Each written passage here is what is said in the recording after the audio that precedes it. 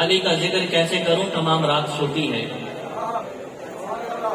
علی کا ذکر کیسے کروں تمام رات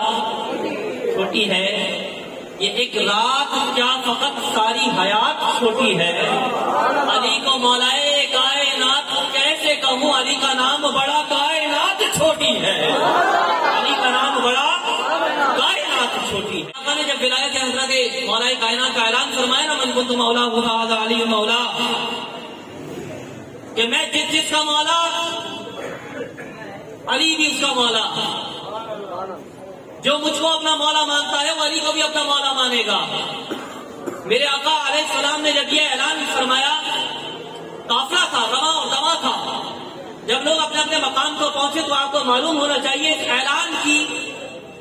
سب سے پہلی خوشی اور مبارکباد دینے والے کون افراد تھے، جو حضرت مولا کائنات کے پاس پہنچے اور پہنچنے کے بعد خوشی کا اعلان کیا اور اس ولایت کا اقرار کیا اور اظہار کیا۔ سب سے پہلے حضرت علی رضی اللہ تعالیٰ عنہ کے پاس تشریف لانے والے دو افراد تھے، جنہوں نے آ کر حضرت مولا کائنات کو ان کی ولایت کے اعلان پر مبارکباد عطا فرمائی۔ وہ حضرت ابو بکر صدیق رضی اللہ تعالیٰ عنہ، فاروق اعظم رضی اللہ تعالیٰ عنہ ہیں۔ یہ دونوں افراد شیخین حضرت مولا کائنات رضی اللہ تعالیٰ عنہ کے پاس حاضر ہوئے اور آ کر ارشاد فرمایا کہ مولا،